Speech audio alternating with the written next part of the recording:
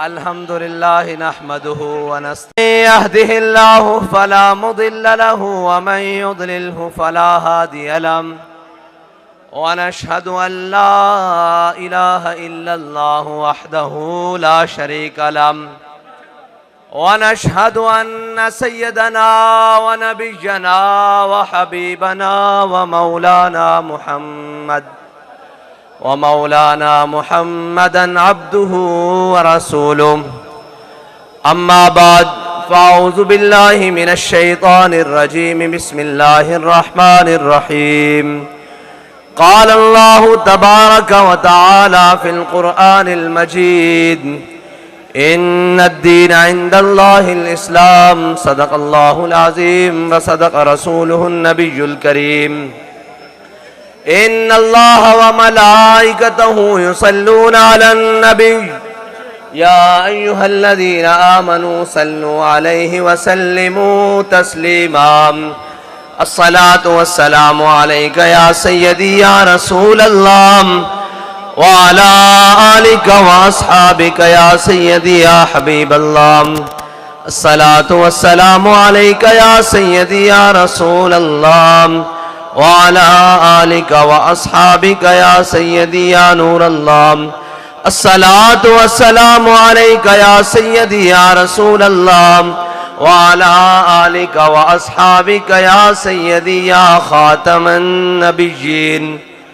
बंदाए परवरदिगारम उम्मत अहमद नबी दोस्तदारे चार यारम ताबा औलाद अलीम मजहब हनफी अदारम मिल्लत हजरत खलील खाक पाए।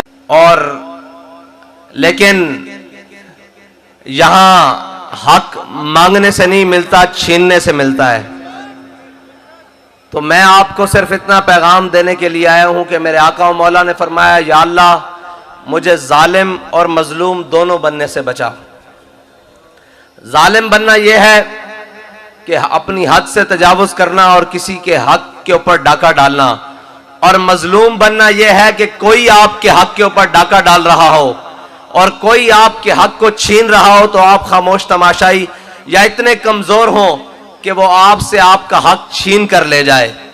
तो हमने इन दोनों बातों से बचना है। अपना हक किसी को देना नहीं है और किसी का हक छीनना नहीं है। मेरी बात आपको समझ आ रही होगी कि मैं क्या कहना चाहता हूं। और रही बात पाकिस्तान के अंदर इलेक्शन कैंपेन हो या इलेक्शन का कोई भी तशहीरी सिलसिला हो, वो उस वक्त तक मुकम्मल नहीं होता जब तक दूसरों के ऊपर बेजा या बाजा तनकीद का निशाना ना बनाया जाए। ना हम बेजा तनकीद वाले हैं, हम वो हैं जो हक और बातिल के दरमियान तफरीक करने वाले हैं। और अल्लामा इकबाल ने कहा कि ईद कुव्वत अज हयात आमद पदीद मूसाओ फिरौनो शब्बीरो यजीद। अल्लामा इकबाल ने कहा जब से दुनिया बनी कयामत तक ये दो कुव्वतें आपस में नबर्द आजमा रहेंगी, मूसा और फिरौन, शब्बीर और यजीद। इसका माना यह है कि जब कोई फिरौन आएगा तो उसके सामने हजरत मूसा अलैहिस्सलाम मौजूद होंगे, और जब कोई यजीद आएगा तो उसके सामने हुसैन डट के खड़ा होगा। तो तहरीक लब्बैक पाकिस्तान अंदर द टेबल या अंदर कमरों में, बंद कमरों में बैठकर सौदागरी करना या अंदर बैठकर एडजस्टमेंट करने की कायल नहीं है। जो बात बंद कमरे में होती है सरे मैदान में भी वही होती है, और जो बात सरे मैदान होती है वो सरे राह और मुश्किल रस्तों में और हथकड़ियां पहन कर भी वही होती है, और वो जेलों की सलाखों के पीछे भी वही होती है। क्योंकि हमारे कायद ने हमें सबक पढ़ाया कि लुत्फे सजन दम बदम, कहरे सजन गाह गा, इंजवी सजन वाह वाह ते इंजवी सजन वाह वाह।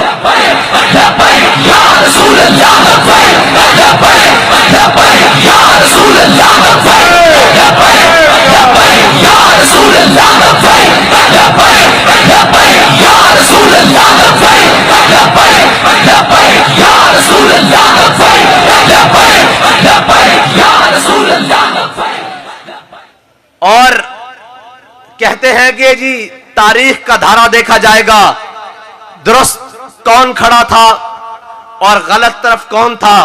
तारीख सदियों बाद लिखी जाती है, फिर कोई उसे पढ़ने वाले सदियों बाद पैदा होते हैं और वो फैसले करते हैं कि जी ये गलत था और ये ठीक था। लेकिन ये याद रखना, मेरे आका और मौला सल्लल्लाहु अलैहि वसल्लम के पास एक साहबी आए, उन्हें अर्ज की या रसूलल्लाह मुझे ऐसे करना चाहिए। हुजूर ने बताया फिर ऐसे फिर ऐसे। जब उन्होंने सवाल किए तो मेरे आका और मौला ने फरमाया इस्तफ्ते कल्बे का, फरमाया कभी कभी अपने दिल से भी पूछने लेना चाहिए कि ये बात ठीक है या गलत। अब जो हमारे खिलाफ बातें करते हैं, अगर उनसे पूछा जाए कि आपका क्या ख्याल है, वो कहते हैं जी आप ठीक रास्ते पर हैं, रास्ता भी आपका ठीक है, नजरिया भी ठीक है, मिशन भी ठीक है, मंजिल भी ठीक है और जो आप चाहते हैं वो सारी बातें ठीक है, लेकिन क्या करें आपको आने नहीं दिया जाएगा। मैंने कहा अगर आपकी बात दुरुस्त मान ली जाए तो फिर इमाम हुसैन 72 लेके करबला में गए थे, पता था कि हुसैन को सारे कट जाएंगे, लेकिन कहा हक का आलम हमेशा के लिए बुलंद रहेगा। ये याद रखना, हम मैदान में जीते या हारे इसकी परवाह बिल्कुल नहीं है, इसकी परवाह बिल्कुल नहीं है, लेकिन यह बात तय है कि हम हमेशा हक की सफों में खड़े रहेंगे। और इंशाअल्लाह जब तक तहरीक लब्बैक पाकिस्तान का वजूद कायम है, ये इंशाअल्लाह हक के रास्ते पर कायम रहेगी। और जो इसे भटकाने के लिए आएंगे, सुबह शाम की लालच देने के लिए आएंगे, उनके लिए पैगाम यह है कि मर ही जाऊं जो इस दर से जाऊं, 2 कदम क्या बचे बीमारे गम, कुर्बे मसीहा छोड़कर। और जो इस दर को छोड़कर गए हैं, वो हिज़्ब इक़्तिदार वाले हों या हिज़्ब इख्तिलाफ वाले हों, उन सब की जिल्लत और रुसवाई देखकर हमें यकीन हो रहा है, दिन ब दिन मजीद पुख्ता यकीन हो रहा है कि इंशाअल्लाह वो दिन दूर नहीं जब इन सब झूठों की, इन सब फराडियों की, इन सब चोरों लुटेरों डाकुओं की छुट्टी होगी और इस मुल्क में अदल का निजाम और अदल की हुकूमत और हुजूर सईद आलम सल्लल्लाहु अलैहि वसल्लम के निजाम का सूरज तुलू होगा। और इंशाअल्लाह वो वक्त दूर नहीं जब तहरीक लब्बैक पाकिस्तान अमीन, ईमानदार और अमीन क़यादत के साथ हिज़्ब इक़्तिदार में होगी। लेकिन उससे पहले के लिए ये वक्त बड़ा तवील और बड़ा सिलसिला लंबा है, इसके लिए आपको मुश्किल सफर और मुश्किल रस्तों से गुजरना पड़ेगा।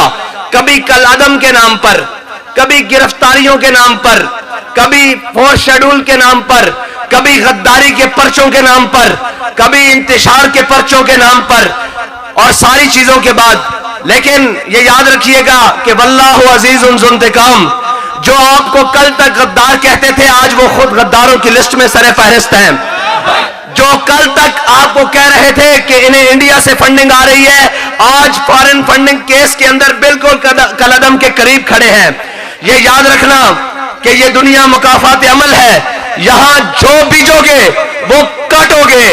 हमने कोई अपने नौजवान नस्ल या अपने मुल्क के अंदर गलत बीज नहीं बोया, हमने इस कौम के बच्चों को आइस, चर्स, पाउडर और अफीम के नशों पर नहीं लगाया, हमने इस कौम को अपने आका और मौला सल्लल्लाहु अलैहि वसल्लम के इश्क का नशा दिया है। हमने अपनी कौम को बेरारवी, फहाशी और यानी के ऊपर नहीं लगाया, हमने इस कौम को पाकीज़ा जहन और पाकीज़ा फिक्र दी है। हमने अपनी कौम को करप्शन, सूद और लानत, इन जैसी लानतों के ऊपर नहीं लगाया। हमने अपनी कौम को ईमानदारी, दयानत और अहल शख्सियत के पीछे लगाया है। इंशाअल्लाह अब कौम की नजरें मजीद खुलेंगी।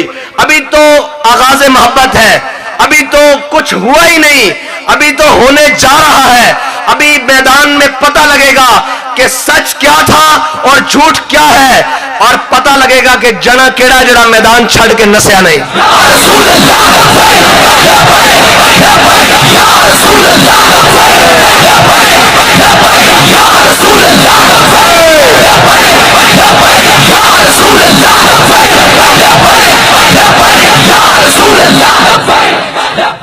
और सिर्फ ये कहना, ये बातें करना कि हम ये कर देंगे, हम अभी तक खामोश हैं, मैंने वो बातें बताई नहीं कि कहीं कौम का नुकसान ना हो जाए।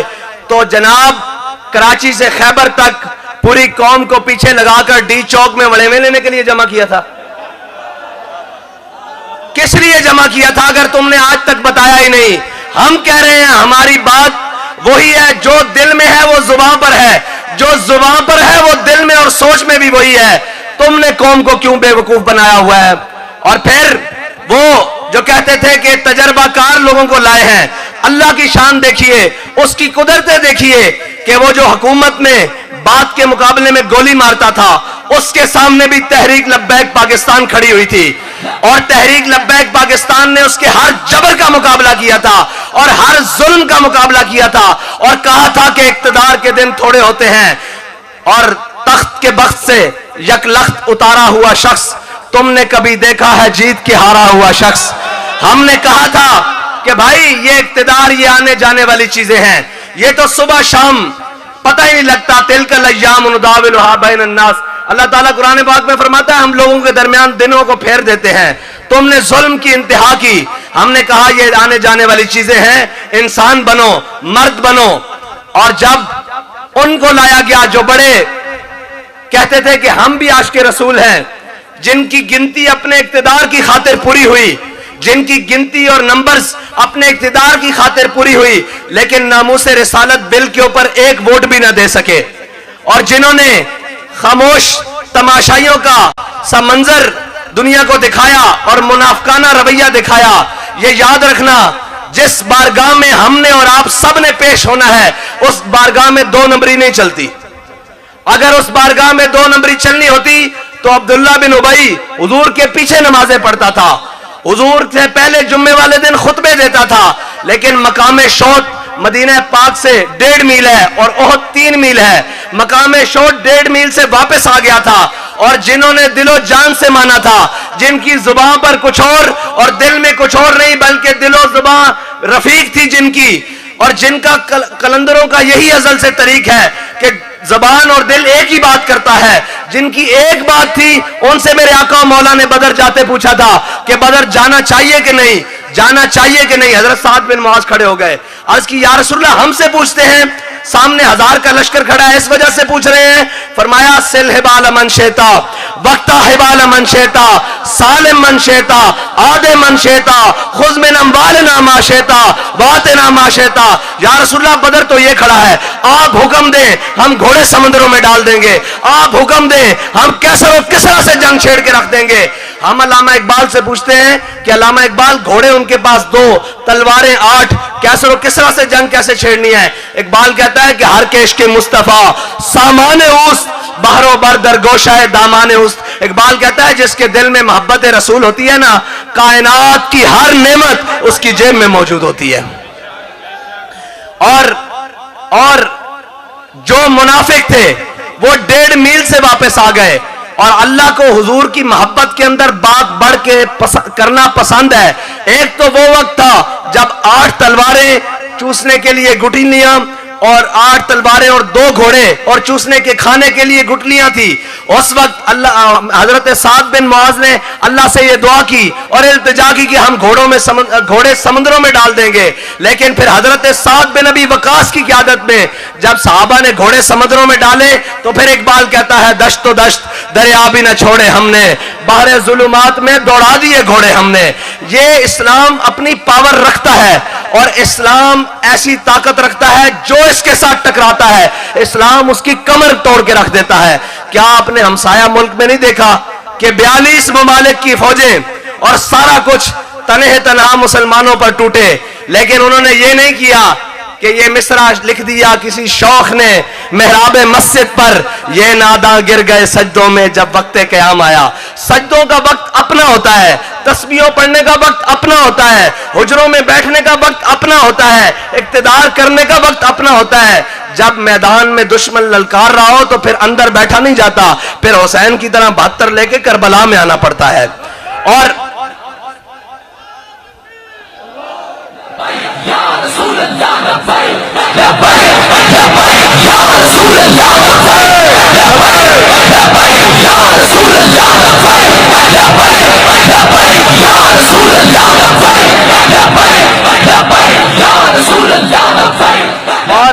और जिनकी खारजा पॉलिसियां कभी IMF के आगे हाथ बांधना हो, कभी आलमी बैंक के आगे सर झुकाना हो, कभी नेटो के आगे जनाब दस्तबस्ता होके खड़ा होना हो, कभी जनाब रूस और अमेरिका के चक्कर लगाने हो, वो कभी अपनी कौमों को इज्जत दिलवा सकते हैं?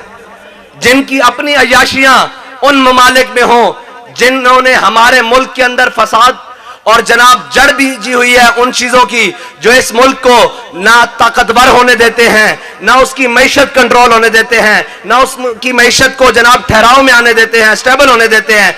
क्या उनसे तवक्को है हमें कि वो हमारे खैर खा हैं? इकबाल कहता है फरियाद से अफरंगो दिल आवेजी अफरंग, फरियाद से शीरीनियो परवेजी अफरंग, आलम हमाज वीराना चंगेजी अफरंग, मेमारे हरम बाज बतामीर जहां खेज, अस खाबे गरा अस खाबे गरा अस खाबे गरा खेज। इकबाल कहता है तुझे इन कफन चोरों से उम्मीदें हैं, वो कफन चोर जो मिलकर बैठते हैं तो कहते हैं तू इराक को पकड़ ले, मैं अफगानिस्तान को पकड़ लेता हूं, तू कश्मीर को पकड़ ले, मैं चेचनिया को पकड़ लेता हूं, तू बर्मा को पकड़ ले, मैं लेबनान और फलस्तीन को पकड़ लेता हूं।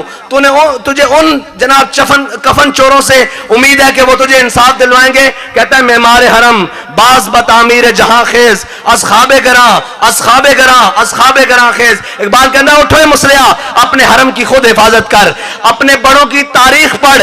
वो तारीख कौन सी कि देखी जो हिस्ट्री मैंने तो फिर कामिल यकीन आया, जिससे जीना नहीं आया उसे मरना नहीं आया।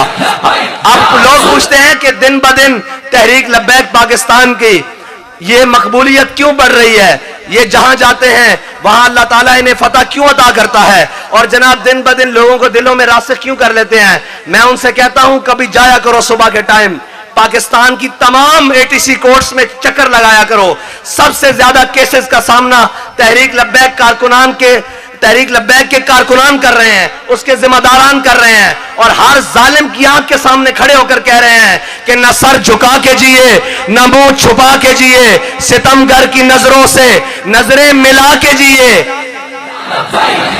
एक मिनट जी, और इसमें हैरत क्या कि हम 2 दिन कम जिए, हम उसके साथ थे जो हर मैदान में हक का आलम उठा के जिए।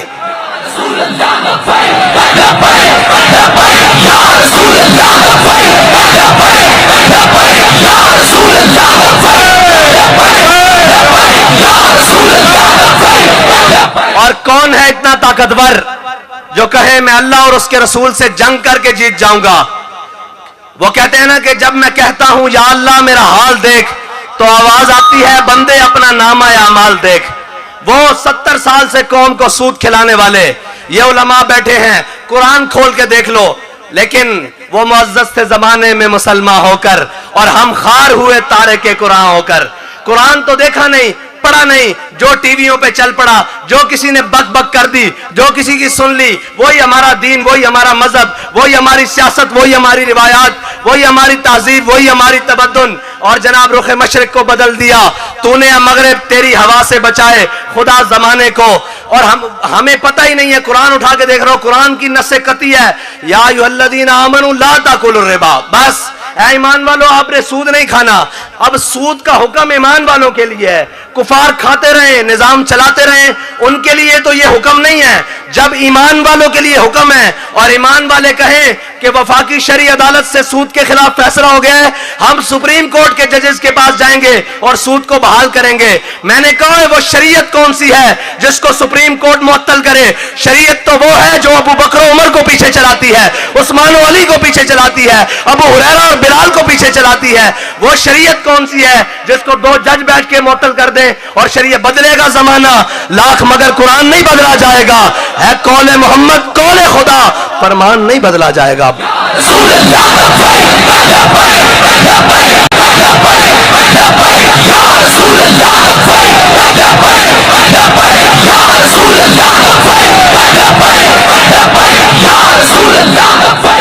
और ऊपर से लेकर नीचे तक जब रिश्वत आम हो, जब गरीब और अमीर के लिए अदल का पैमाना और हो, तराजू का पैमाना और हो, हर किस्म का इज्जत और शोहरत का पैमाना और हो, और जनाब लेन और देन का मामला और हो, क्या आप समझते हैं कि फिर अल्लाह और उसके रसूल की नुसरत हमारे साथ आ सकती है? वो कश्मीर को बेचने वाले, मैंने पहले कहा था कश्मीर को बेचने वाले आज हमें आकर भाषण दें कि हम आजादी की जंग लड़ रहे हैं, तो क्या वो आजादी की जंग लड़ सकते हैं? वो जिन्होंने, ये हिंदू जिसकी धोती तारीख की किताबों में लिखा हुआ है कि जब महमूद गजनवी के घोड़े चलते थे उसकी टापों से हिंदू औरतों के हमल गिर जाते थे, हम उनकी औलाद हैं। इकबाल कहता है क्या नहीं है और कोई गजनवी, कारगाहे हयात में बैठे हैं कब से मुंतजर आहले हरम के सोमनाथ। इकबाल को कब्र पर जाकर कोई बताए यहां सब बल्ले खेलने वाले हैं, यहां सब रंगीले हैं, यहां सब बेकारी और कशकोल उठाकर पूरी दुनिया के आगे पाकिस्तानी कौम की तजलील करने वाले हैं। और तुमने सब दुनिया को बताया कि जब मेरे आका और मौला दुनिया से तशरीफ लेकर गए तो मेरे आका और मौला की जाती जिरा जो ऊपर पहनते हैं, जिसे आज के दौर में आप बुलेट प्रूफ जैकेट कह लें, वो जाती जिरा वो मेरे आका और मौला की एक यहूदी के पास रहन रखी हुई थी। ये तो लोगों को बताते हो कि उसके एवज मेरे आका और मौला ने कुछ गंदम या जौ या कुछ पैसे लिए हुए थे, लेकिन ये लोगों को बताते हो। और अब जब कौम की बारी आती है और तुम अपनी चीजें रहन नहीं रखते, कोई रखता है बिलावल हाउस रहन में, कोई रखता है जाती उमरा रहन में, कोई रखता है जनाब सरे महल रहन में, कोई रखता है जनाब स्विस बैंक अकाउंट रहन में। रखने को रहन में क्या है? कौम की चीजें, कौम के मोटरवेज, कौम की जनाब फैक्ट्रियां, कौम के जनाब हवाई अड्डे, कौम की जनाब स्टील मिल्स, कौम की शुगर मिल्स, ये उठाकर उनके यहां रहन रखकर ये कहते हो कि जनाब हमें थोड़े से पैसे दे दें ताकि हमारे प्रोटोकॉल्स और हमारी सारी चीजें जिंदा सलामत रहें। एक बात आप सबको, कौम को जागने में पता नहीं और कौन सा वक्त लगेगा। मैं आपसे कहता हूं, मैं आपसे पूछता हूं कि इस मुल्क में हुक्मरानी करने वाले वो लोग जिन्होंने इस मुल्क के अंदर बड़ी बड़ी देर हुक्मरानी की, मैं नाम लेता हूं, आप बताएं वो कहां है? जनरल मुशर्रफ ने यहां इमरजेंसी नाफिज कर 8 से 10 साल हुकूमत की, मुझे बताएं वो किस मुल्क में बैठा हुआ है? अच्छा, नवाज शरीफ ने हुकूमत की, वो किस मुल्क में बैठा हुआ है? अच्छा जनाब आगे चले जाएं, साकिब निसार किस मुल्क में बैठा हुआ है? खोसा किस मुल्क में बैठा हुआ है? यार आप लोग सिर्फ गुलामी करने के लिए रह गए हो। जो कोई बाहर से आए उठकर आपके ऊपर हुकूमत करे और फिर उठकर बाहर चला जाए और वो सारे भागकर यहां से चले जाएं। ये जो आपको अभी 4 दिन नजर आ रहे हैं ना, इनकी भी 4 दिन की चांदी है। मैं आपको गारंटी से कहता हूं जिस दिन इनको नजर आ गया कि हमारा चांस नहीं है, इनकी फ्लाइट भी पाकिस्तान से उड़कर किसी लंदन या यूरोपीय ममालिक में उतरेगी। खुदा का वास्ता है, जागो। कब तक इस कौम को, अपने बच्चों के मुस्तकबिल को इन बेजमीरों और इन अमरीकी गुलामों और इन जनाब नेटो और अमरीका और जनाब यूरोपीय और यूरूसी गुलामों को के हाथों में अपने बच्चों के मुस्तकबिल रखोगे, अपनी कौम का यह हाल रखोगे, फिर कहते हो जी कश्मीर लुट गया। कश्मीर लुटने में क्या तेरा और मेरा किरदार नहीं है? बिल्कुल है। कश्मीर के बेचने में तेरा और मेरा किरदार है। आज आफिया सिद्दीकी को अमेरिका उठाकर ले गया है। मुझे बताओ यार, कभी किसी ने बेटियां भी बेची हैं? आज उसकी मां बिलखते हुए, तड़पते हुए अपना मुकदमा अल्लाह की बारगाह में पेश कर दिया है। वो जाकर क्या कहेगी कि मैं उस कौम में, यार हमारी तारीख तो वो है कि एक औरत बैबल के मकाम से खत लिखे हज्जाज बिन यूसुफ को और वो कहे कि कहां है वो तुम्हारे अबलकी घोड़े, कहां है वो तुम्हारी चीजें, तुम मेरी इज्जत को इधर हिंदुओं ने हाथ डाला है। तो वो 10,000 अबलकी घोड़ों से मोहम्मद बिन कासिम को भेजकर सिंध की धरती को हिलाकर रख दे। आज कोई नहीं है उसका वारिस। लोग कहते हैं ये जज्बाती बातें हैं। मैंने कहा अच्छा जज्बात निकाल देते हैं, सारी बातें निकाल देते हैं। बताओ तुम्हारी बहन को अमेरिका उठाकर लेकर गया है, इसका हल क्या है? बताओ आज पूरी कौम को भिखारी बनाकर रख दिया है, इसका हल क्या है? अच्छा आज बताओ, कहते हैं आपके पास माशी हल क्या है? मैंने कहा हमारे पास माशी हल यह है कि हमारे ऊपर से लेकर नीचे तक कोई भी आदमी हुकूमत के ऊपर वजन नहीं होगा, हुकूमत के ऊपर बोझ नहीं होगा, हुकूमत के ऊपर किसी किस्म की उसकी प्रोटोकॉल्स और कोई सेटिंग की कोई जरूरत नहीं होगी। और जिसका एक विजिट वजीर आजम हो या वजीर आला कौम को करोड़ों में पड़ता हो, उस जो कौम दुनिया में भीख मांगती फिर रही हो, उसको वो मुंह दिखाने के काबिल है कि उसका वजीर आजम इतने प्रोटोकॉल लेकर फिर रहा हो? वो दिखाने के काबिल है? बिल्कुल भी नहीं है। और ये सारी चीजें, ये सारी बातें, ये तब तक ठीक हो सकती हैं जब तक इस मुल्क के अंदर वो निजाम नहीं आता जिसका मेरे आका मौला ने फरमाया मम्मशा ज़ालिमन व हुवा यअलमु अन्नहु ज़ालिमुन फ़क़द ख़रज मिनल इस्लाम। मेरे आका मौला ने फरमाया जो ये जानते हुए, जिसने जानते हुए उस जालिम का साथ दिया कि वो जानता है ये जालिम है। मेरे आका मौला ने फरमाया वो तो इस्लाम से निकल गया। आज किसको नहीं पता कि ये जालिम है, ये रस्सागीर है, ये कब्जा ग्रुप है, ये बत्ताखोर है, ये सूदखोर है, ये रिश्वतखोर है। लेकिन क्या तगड़े को देखकर खामोशी, तगड़े को देखकर जनाब पीछे हट जाना? इकबाल कहता है नहीं, इकबाल कहता है हो अगर कुव्वते फिरौन की दरपर्दा मुरीद। आज जिससे पूछो वो कोई वजीर, कोई मशीर, किसी पीर साहब, कोई जनाब उलमा साहब, सारे वो इन तगड़ों के दरबारों पर जाकर जनाब कभी सजदे, कभी जनाब ताइफ और जनाब कभी इशाइये, कभी जनाब जोहराने खा रहे हैं। और भाई तुम्हारा तो काम था कौम को हक बताना और सच बताना, और जनाब तुम नजरानों के चक्कर में पड़ गए। उलमा जनाब अपने इल्म के जोम में फिर रहे हैं। इस कौम को सीधी राह लगाना किसने है? वो जो ए कुश्ता है सुल्तानी यो मुल्ला यो पीरी, जो कौम के सरबराह थे वो छुपकर खुद रात को मैखानों में फिरते हैं, उनका क्या कहा जाए? और इकबाल कहता है हो अगर दरपर्दा कुव्वते फिरौन की मुरीद, लानत है कौम के हक में वो कलीमुल्लाह ही।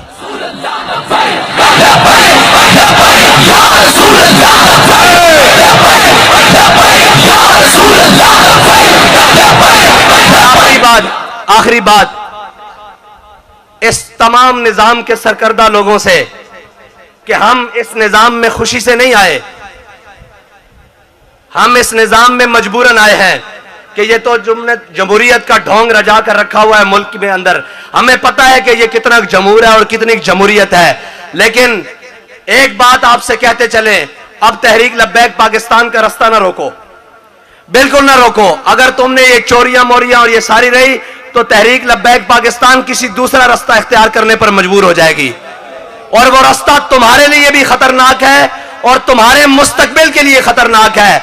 हम दीवानों का क्या, हम तो लबे बाम भी पुकारा, सरेदार भी सदा दी, वह कहां कहां पहुंचा तेरी दीद की लगन में। हमें दीवानों को हमने अपने आका मौला सल्लल्लाहु अलैहि वसल्लम के दीन की खिदमत के लिए और दीन के सरबुलंदी के लिए गर्दनें आगे बढ़ाई हुई हैं, कदम नहीं बढ़ाए हुए। लिहाजा 17 तारीख को आपने करेन के ऊपर ठप्पा लगाना है।